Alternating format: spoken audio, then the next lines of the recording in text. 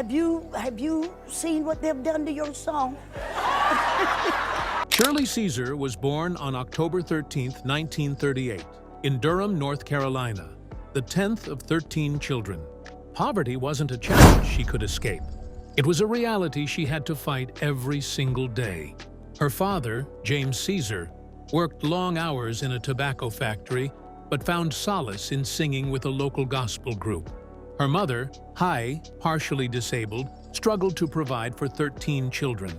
Life was never easy, but Shirley's voice became the family's beacon of hope. At just 7 years old, tragedy struck.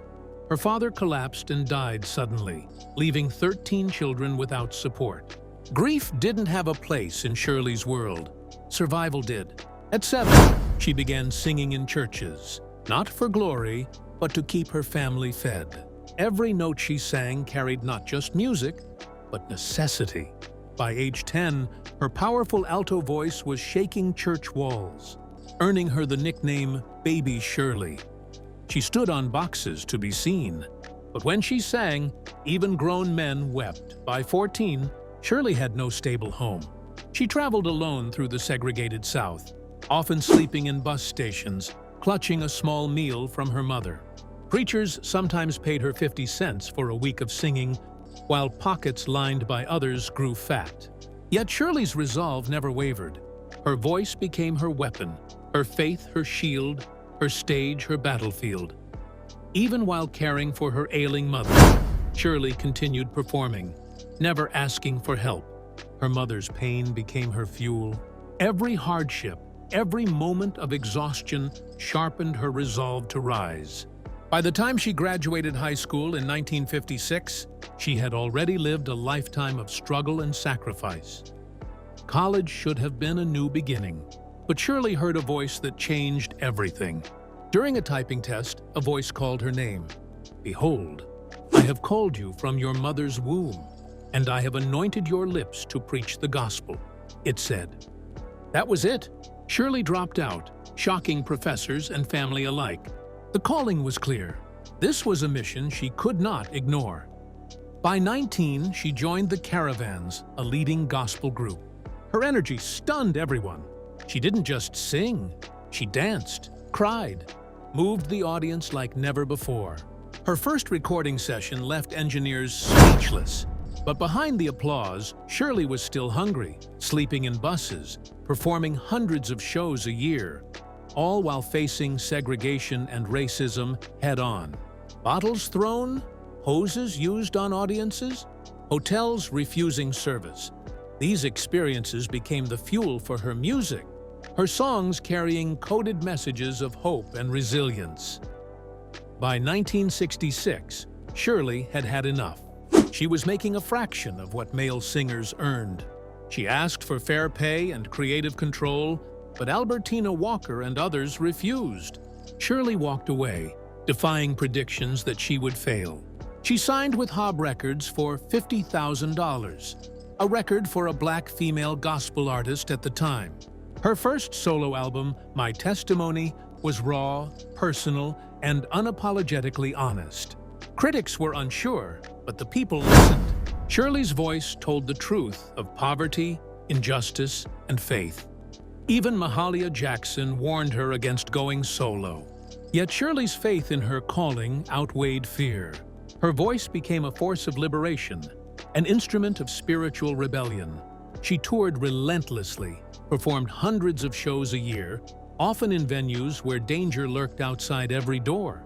She endured poverty, discrimination, and betrayal, but she never compromised her art or her message. In 1972, Shirley recorded "Put Your Hand in the Hand of the Man from Galilee," a song that won her a Grammy and cemented her place in history. But it also ignited controversy. Traditionalists accused her of turning sacred gospel into entertainment. Shirley didn't retreat. Her faith was her armor, her talent her sword. The Grammy made her a household name, breaking barriers for black gospel artists in mainstream music. She had crossed into the secular world without abandoning her calling. Her 1975 West Africa tour left a permanent mark. Shirley encountered extreme poverty. children walking for days just to hear her sing. She prayed aloud on stage, improvising lyrics to connect with the suffering around her. The experience reshaped her ministry and led to the establishment of the Shirley Caesar Outreach Ministries, feeding the hungry and helping the poor across the U.S., funded entirely by her own earnings. In 1983, Shirley married Bishop Harold Ivory Williams. Their partnership was more than marriage, it was ministry. Together, they led a 25,000-member church while maintaining Shirley's music career. Yet life was never easy. In early 1983, a tour bus accident nearly killed her. She saw the other side and survived, turning that trauma into the poignant gospel anthem, "Jesus, I love calling your name." Shirley's ministry also took bold steps, welcoming AIDS patients at a time when fear and stigma were rampant. She provided care, funerals, and comfort, despite threats and backlash. By the late 1980s, she faced vocal cord injuries from overwork. Recording albums, touring, preaching, every performance was a battle. Yet her faith never wavered, her music never faltered. Even in the 2000s and beyond, Shirley faced waves of false rumors, claims of stolen funds, legal battles over songs, fake wills, and even hoaxes about her death spread online.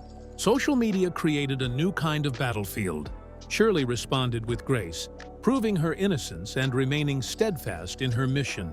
She refused to let lies define her legacy. Despite controversies, Shirley continued leading Mount Calvary, mentoring artists like Yolanda Adams and Kirk Franklin, guiding them to stay true to gospel roots despite lucrative secular offers. She lived the principles she preached, sacrificing personal wealth to give away over 75% of her concert earnings to charity, helping the homeless, funding music programs, and supporting ministries nationwide. Even in her late 70s, Shirley found new ways to inspire. A 2016 viral remix of her song "Hold My Mule" introduced her to a younger generation, proving her influence transcended decades. Collaborations with contemporary artists like Anthony Hamilton tackled mental health and emotional struggle, making gospel relevant to modern audiences. Her Grammy Lifetime Achievement Award in 2017 was not just a recognition of music, it was a testament to resilience. Through grief, health scares, false rumors, and industry politics, Shirley Caesar endured, thriving as a beacon of faith and strength. Shirley's story is not just about music. It's about sacrifice, perseverance, and faith in the face of unimaginable adversity. From caring for her mother at 12 to mentoring generations of gospel artists, from touring the segregated South to navigating global fame, she turned every hardship into purpose. Her life is a testament to the idea that true success is measured not in wealth or accolades, but in the lives you touch. Even today, Shirley Caesar continues her mission. Her church thrives, her voice inspires, and her charity impacts thousands. She turned personal loss, societal injustice, and industry betrayal into a legacy that transcends time. Every note she sings carries history. Every song tells a story of survival, hope, and unwavering faith. Shirley Caesar's journey is proof that faith and perseverance can overcome even the harshest circumstances. She faced poverty, loss, betrayal, health scares, and false rumors. Yet she never stopped giving, never stopped singing, and never stopped leading. Shirley Caesar is not just a gospel legend. She is a living testament to the power of resilience, the strength of faith, and the enduring impact of a life lived in service to others. Her story challenges us. How will we turn our struggles into purpose? How will we use our voice, our talent, and our faith to leave a legacy that lasts long after we are gone? Shirley Caesar's life answers that question with every song, every sermon, and every act of compassion she shares with the world.